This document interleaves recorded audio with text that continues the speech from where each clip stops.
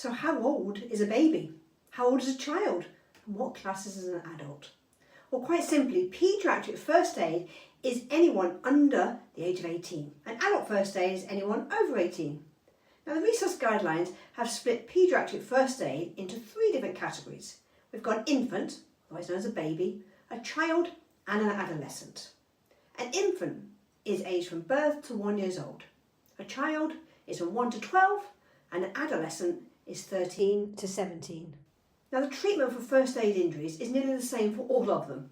So it doesn't matter how old somebody is. For example, if a baby or a child or an adult starts to bleed, our job as a first aider is to stop the bleeding. And we do that exactly the same way. We clean the wound and then we dress it and put pressure on there.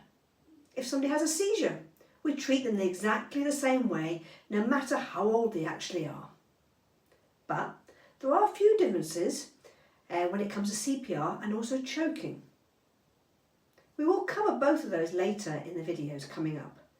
But very simply, the main differences in CPR is going to be in paediatric first aid, we give 5 rescue breaths to anyone who isn't breathing. So anyone under 18 and we notice they're not breathing, we always give 5 rescue breaths first.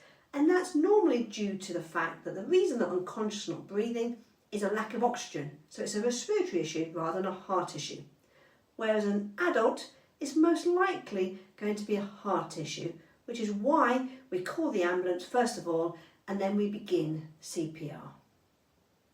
There's also a difference with how we do chest compressions in CPR, and that's mainly based on the size of the casualty.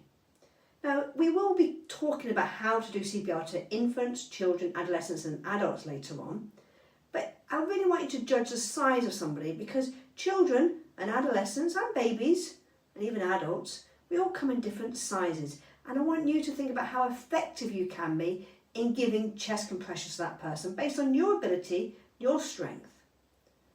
Textbooks will tell you to do CPR chest compressions on an infant using 2 thumbs. On a child, use 1 hand. A larger child, such as an adolescent, use 2 hands if needed, and also an adult, you use 2 hands. But as I said before, that depends on your ability and your strength. In infant and child CPR, we're pushing down 1/3 of their body depth when we're doing a chest compression, whereas on an adolescent and an adult, we're pushing down 5 to 6 centimetres in depth. There is also a difference when we place our defibrillator pads, which we'll talk about a little bit later on, but again that is due to the size of them, and we have to make sure they're placed so the shot goes through the heart rather than missing it completely.